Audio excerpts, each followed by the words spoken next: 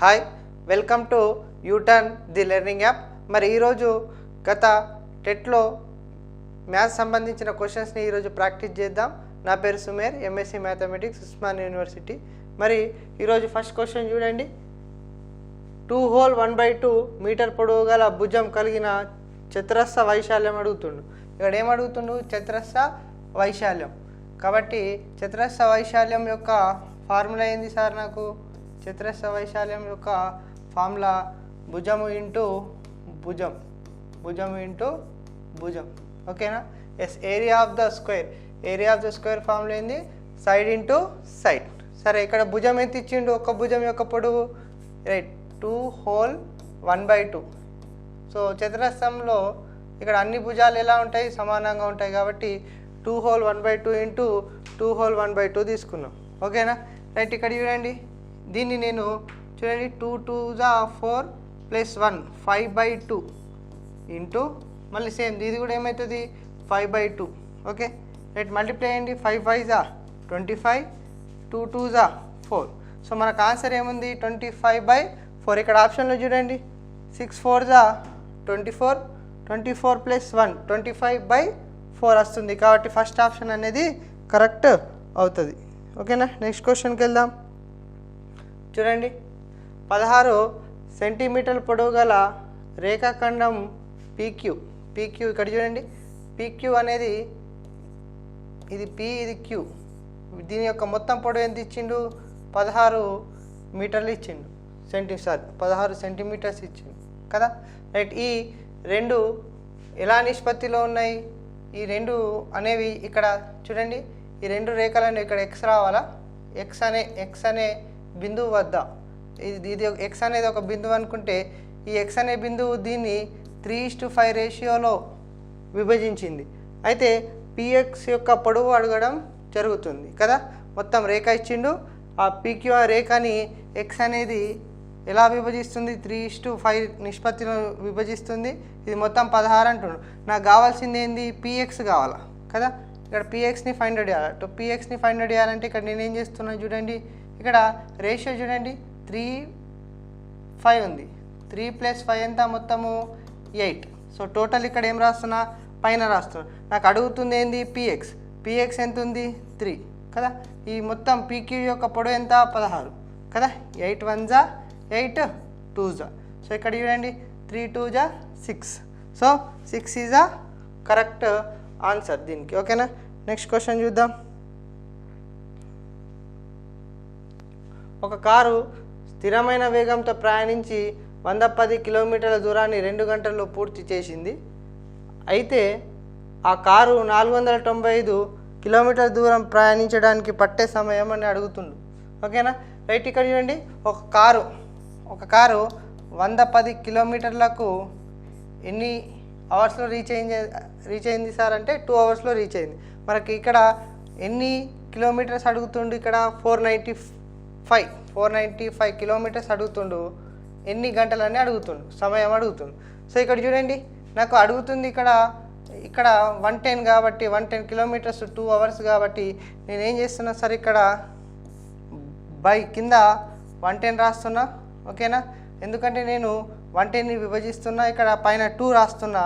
నాకు కావాల్సింది ఏంది? ఇక్కడ 495 కిలోమీటర్స్కి ఎంత టైం అనేది కావాలా. కాబట్టి ఇక్కడ చూడండి 110ని 2 దీంతో డివైడ్ చేస్తున్నాం. 2/110 రాసినాం. నాకు కావాల్సింది 495 కాబట్టి ఇంటూ చేస్తున్నాం. ఓకేనా? ఇక్కడ 2 1 2 5 కదా. రిమైండర్ 1 కాబట్టి మళ్ళీ 2 5 ఇక్కడ ఇది 5 టేబుల్తో డివైడ్ అవుతుంది. 5 11 5 9 45. రిమైండర్ ఎంత వస్తుంది సార్? ఇక్కడ 5 వస్తుంది కదా. 4 అంటే ఇక్కడ మళ్ళీ 9. చూడండి 11 1 11 9. సో ఆన్సర్ ఏమవుతుంది?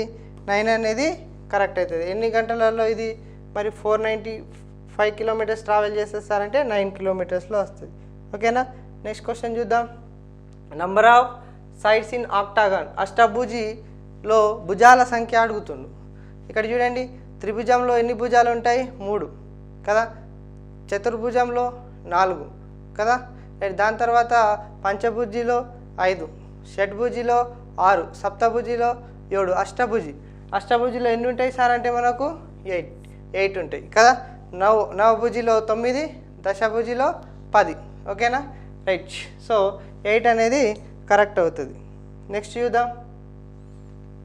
6 యొక్క మొదటి 5 గుణిజాల మధ్యగతం అడుగుతుండు. గుణిజాలు అంటే 6 యొక్క గుణిజాలు ఏమి? 6 1 6, 6 2 12, 6 3 18, 6 4 24, 6 5 30. సార్ గుణిజాలు కదా. ఈ 5 గుణిజాల యొక్క మధ్యగతం అంటే మీడియన్ కదా. ఇక్కడ ఏం చేస్తున్నాను నేను? ఫస్ట్ దాన్ని చివరి దాన్ని క్యాన్సిల్ చేస్తున్నాను. మళ్ళీ ఇక్కడ చివరిలో ఫస్ట్ నుంచి 2, చివరిలో నుంచి 2. సో మిగిలింది ఎంత సార్? 18. కాబట్టి మధ్యగతం ఎంత అవుతుంది? 18 అనేది కరెక్ట్ అవ్వడం జరుగుతుంది. నెక్స్ట్ కూడా చూడండి, ఇక్కడ 1 4 9 16 25 అమెరికాలో 8వ పదం అడుగుతుండు. చూసిరా, మనం ఏం చేస్తాం తొందరపాటులో నెక్స్ట్ పదం ఏది ఉందో అది రాసేస్తాం కదా. రైట్, ఇక్కడ క్వశ్చన్ చాలా కేర్ఫుల్గా చదవాలి మ్యాథ్స్లో కదా. క్వశ్చన్ ఎంత కేర్ఫుల్గా చదివితే అంత కరెక్ట్ ఆన్సర్ అనేది మనకు వస్తుంది. కాబట్టి ఇక్కడ ఏం చేస్తున్నాం చూడండి. ఇక్కడ ఒకసారి అమెరికా చూస్తే ఇచ్చిన అమెరికా ఎట్లుంది sir? 1 square 1, 2 square 4, 3 square 9, 4 square 16, 5 square 25, 6 square ఏమవుతుంది సార్? ఇక్కడ 36 అవుతుంది కదా. ఎస్, కానీ నాకు అడిగింది అక్కడ నెక్స్ట్ పదం అని అడగలే. 8వ పదం. ఇది ఎన్నో పదం? 1 2 3 4 5 6. 7th ఏమవుతుంది సార్? ఇక్కడ 6, 7 స్క్వేర్ 49, 8 స్క్వేర్ 64. సో కాబట్టి ఆప్షన్ 1 అనేది కరెక్ట్ అవుతుంది ఈ క్వశ్చన్కి. చూడండి, నెక్స్ట్ చూడండి. 3/8కి సమాన దశాంశ సంఖ్య అడుగుతుండు. దీన్ని దశాంశంలో మార్చాలంటే ఆబ్వియస్గా మనం ఏం చేస్తాం? డివిజన్ చేస్తాం. ఓకే, డినామినేటర్ని ఇక్కడ రాసిన నేను, న్యూమరేటర్ని ఇక్కడ రాసుకుంటాం. 8 టేబుల్లో 3 డివిజిబుల్ కాదు కాబట్టి ఇక్కడ 0, ఇక్కడ పాయింట్ తీసుకుంటాం కదా. చూడండి, 8 3 జా 24. రిమైండర్ ఏమవుతుంది? సబ్ట్రాక్ట్ చేస్తే 6, అక్కడ పాయింట్ ఉంది కాబట్టి ఆల్రెడీ ఇక్కడ తీసుకుంటాం. 8 7 జా 56. మళ్ళీ రిమైండర్ ఎంత? 4 కదా. ఆల్మోస్ట్ ఆన్సర్ తెలిసిపోయింది కదా. చూడండి, 8 ఇక్కడ 0 తీసుకుంటే 8 5 జా 40, reminder 0. So option 4 is the correct. Next చూడండి, 8th. రాజు ప్రతిరోజు 78 ఖర్చు చేస్తే నవంబర్లో అతడు ఖర్చు చేసిన డబ్బులు అని అడుగుతుండు కదా. నవంబర్లో ఇక్కడ నవంబర్ మంత్లో ఎన్ని డేస్ అనేవి తెలియాలి. నవంబర్ మంత్లో మనకు 30 డేస్ వస్తాయి. 30 డేస్ అనేది గుర్తు లేకుంటే మనకు తెలిసే కదా. జనవరి, ఫిబ్రవరి, March, April, May, June, July, August, September, October, November. కింద వస్తేనేమో 30, పైన వస్తేనేమో 31. సో కాబట్టి నవంబర్ కింద వచ్చింది కాబట్టి ఇక్కడ నవంబర్లో ఎన్ని డేస్ ఉంటాయి? 30 డేస్ ఉంటాయి కదా. రాజు ప్రతిరోజు ఎంత ఖర్చు చేస్తుండు? ఎస్, ఇక్కడ 78 కాదు, ఇక్కడ ఈ స్పెండ్స్ 8 రూపీస్ సార్. ఓకేనా, 8 ప్రతిరోజు 8, నవంబర్లో 30 కాబట్టి ఇక్కడ చూడండి, 8 3 జా 24, 0కి 0. సో ఆన్సర్ ఏంది? 3 అనేది కరెక్ట్ అవుతుంది. ఓకేనా. నెక్స్ట్ క్వశ్చన్ చూడండి. Identify the false statement among the following. ఇచ్చిన దాంట్లో అసత్యం అడుగుతుండు, సత్యం అని అడగడం లేదు. అసత్యం మనం ఫైండ్ చేయాలంటే 4 ఆప్షన్స్ని జాగ్రత్తగా చూడాలి. ఒకసారి చూడండి 4 ఆప్షన్స్ని. ఇక్కడ ఏమి ఇచ్చిండు? -5 ఈజ్ గ్రేటర్ దెన్ 8 అంటుండు. -5 అనేది మరి ఇక్కడ -5 అనేది గ్రేటర్ దెన్ కాదు, లెస్ దెన్. ఇది సారీ, -5 ఈజ్ లెస్ దెన్ 8 అంటుండు. ఎస్, -5 అనేది తక్కువ ఉంటుంది కదా 8 కంటే, కాబట్టి ఇది సత్యం. ఇక్కడ చూడండి, -99 -100 ఇచ్చిండు కదా. రైట్, -99 -100లో ఇక్కడ మీరు అబ్జర్వ్ చేయండి. 99 100లో ఏది చిన్నది సార్ అంటే 99 అనేది చిన్నదని చెప్తాం. కానీ ఎప్పుడైతే మైనస్ ఇచ్చిండో సంఖ్యల ముందు, ఏదైతే సంఖ్య చిన్నది ఉంటుందో అది పెద్దది, ఏది పెద్దది అవుతుందో అది చిన్నది. యాక్చువల్లీ ఇక్కడ 99 అనేది చిన్నది, కానీ మైనస్ ఉంది కాబట్టి, మైనస్ ఉన్నది కాబట్టి ఇది ఎక్కువ పెద్దది అవుతుంది కదా. చూడండి, -99 ఈజ్ గ్రేటర్ దెన్ -100 కదా. ఇది కూడా కరెక్టే కదా. -99 అనేది పెద్దదే కదా. రైట్ చూడండి 0 ఈజ్ లెస్ దెన్ 5 ఎస్ 0 అనేది చిన్నది రైట్ ఇది కూడా కరెక్ట్ ఈ మూడు కరెక్ట్ అయినాయి కాబట్టి ఆబ్వియస్లీ ఇది రాంగ్ అయితే ఒకసారి చూద్దాం -10 ఈజ్ గ్రేటర్ దెన్ 10 -10 అనేది గ్రేటర్ దెన్నా కాదు -10 ఈజ్ లెస్ దెన్ 10 కాబట్టి ఇది కరెక్ట్ ఉంది ఈ మూడు స్టేట్మెంట్స్ అనేవి కరెక్ట్ ఉన్నాయి ఈ స్టేట్మెంట్ రాంగ్ ఉంది మనకు అసత్యం అడిగింది కాబట్టి 4th option is correct next question చూడండి ఎస్ ఈ కింది వాటిలో సమీకరణం అని అంటుండు సమీకరణం అంటే ఏమైనా LHS RHS రావాలా కదా రైట్ ఇక్కడ చూడండి 4 + 5 9 అవుతుంది 9 అనేది 7కి ఈక్వల్ కాదు ఈ సమీకరణం కాదు ఇక్కడ లెస్ దెన్ గ్రేటర్ దెన్ ఇచ్చిండు కదా ఇక్కడ చూడండి ఇక్కడ మొత్తం సమీకరణం ఉంది కదా LHS ఉంది RHS ఉంది ఇక్కడ P దగ్గర మనము ఏం చేస్తాం సార్ ఇక్కడ ఒక వాల్యూ తీసుకుంటే 8 తీసుకుంటే 8లో నుంచి 3 సబ్ట్రాక్ట్ చేస్తే 5 అవుతుంది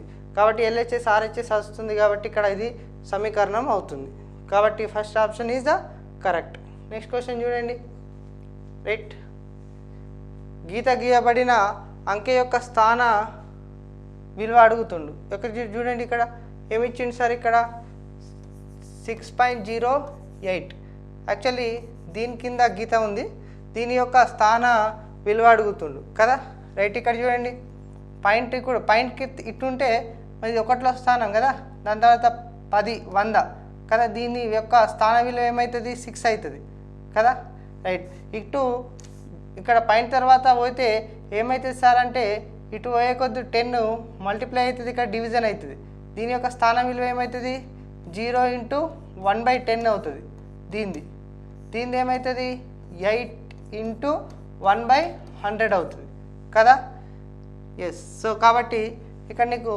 ఏమవుతుంది sir 8 1 8 8/100 8/100 is the correct answer okay suppose ఇంకో నెంబర్ ఉందనుకో ఇక్కడ ఏమవుతుంది సార్ ఇక్కడ వాల్యూ 4 × 1/1000 ఓకేనా రైట్ ఇటు సైడ్ పాయింట్కి ఇటు సైడ్ ఉంటే 1s 10s 100 పాయింట్ ఇటు సైడ్ వచ్చింది అనుకో 1/10 చేయాలా మల్టిప్లై 1/100 1/1000 1/10,000 చేయాలా నెక్స్ట్ క్వశ్చన్ చూద్దాం ఎస్ లాస్ట్ క్వశ్చన్ చూడండి పొడవైన తీగను ఉపయోగిస్తే ఆ వృత్తం యొక్క వైశాల్యం ఇచ్చిండు ఆ వృత్తం యొక్క వైశాల్యం ఎంత ఇచ్చిండు ఇక్కడ 44 ఇచ్చిండు చూడండి ఆ వృత్తం యొక్క వైశాల్యము అయితే వాటి యొక్క ఆ చతురస్రం యొక్క ఎస్ ఇంగ్లీష్లో ఒకసారి చూడండి ఇక్కడ తెలుగులో కరెక్ట్ రాలేదు ఎస్ ఇక్కడ ఉంది చూడండి ఒక వృత్తాన్ని రూపొందించడానికి 44 సెంటీమీటర్ల ఒక వృత్తాన్ని రూపొందించడానికి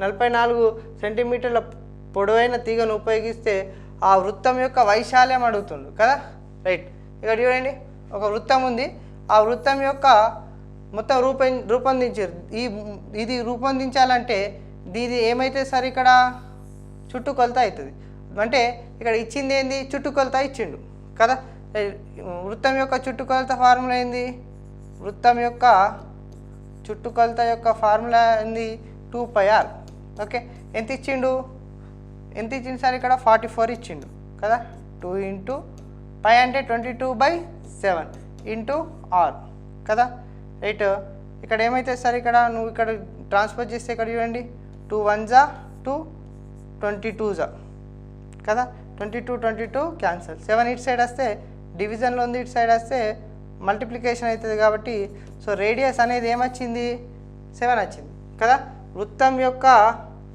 తయారు చేయడానికి తీగ అంటే మనకేం కావాలా చుట్టుకొలత కావాలి కానీ నాకు అడిగింది ఇప్పుడు ఏంది వాటి యొక్క వైశాల్యం అడిగింది వైశాల్యం అంటే లోపలి పార్ట్ ఓకేనా వృత్తం యొక్క వైశాల్యం ఫార్ములా ఏంది సార్ πr² కదా ఇచ్చింది చుట్టుకొలతల నుంచి r వచ్చింది ఇక్కడ r సబ్స్టిట్యూట్ చేద్దాం π అంటే 22/7 r ఎంత ఇచ్చిండు 7 అనేది మళ్ళీ స్క్వేర్ ఉంది కదా ఎస్ కాబట్టి 22/7 ఇక్కడ చూడండి 7² అంటే 7 × 7 7 1s 7 1s క్యాన్సిల్ అవుతుంది 7 2s 14 మళ్ళీ 7 2s 14 + 1 15 సో 154 అనేది కరెక్ట్ అవుతుంది ఎస్ ఈరోజుకు 12 క్వశ్చన్స్ నేర్చుకున్నాం తర్వాతి క్లాస్లో కూడా ప్రాక్టీస్ చేద్దాం మ్యాథ్స్ సంబంధించిన క్వశ్చన్స్ సో అప్డేట్ పొందడానికి యూటర్న్ ది లెర్నింగ్ యాప్ని డౌన్లోడ్ చేసుకోవాల్సిందిగా కోరుతున్నాం థ్యాంక్ యూ